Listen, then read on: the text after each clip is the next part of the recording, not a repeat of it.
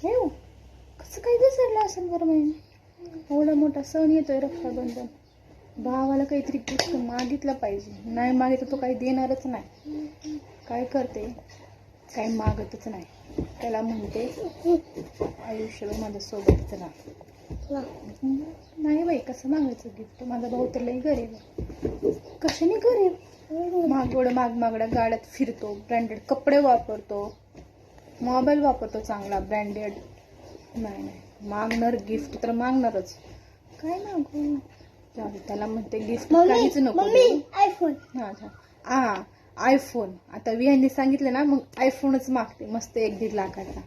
नको, आयफोन घेऊन काय करणार मी एवढा, उगाचच खर्च. त्यापेक्षा 1 लाख रुपये त्याला मागते, द्यायला सांगते. आणि दिले ना, मस्त एक गाडी घेते. 80,000 डाऊन पेमेंट करते गाडीचा. 20,000 रुपये घेऊन मस्त शॉपिंग करते.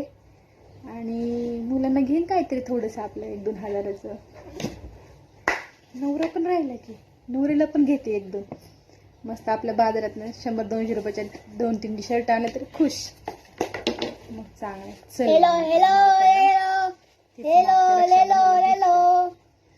माझी पण रक्षाबंधन मस्त साजरी होते. तशीच करते आता.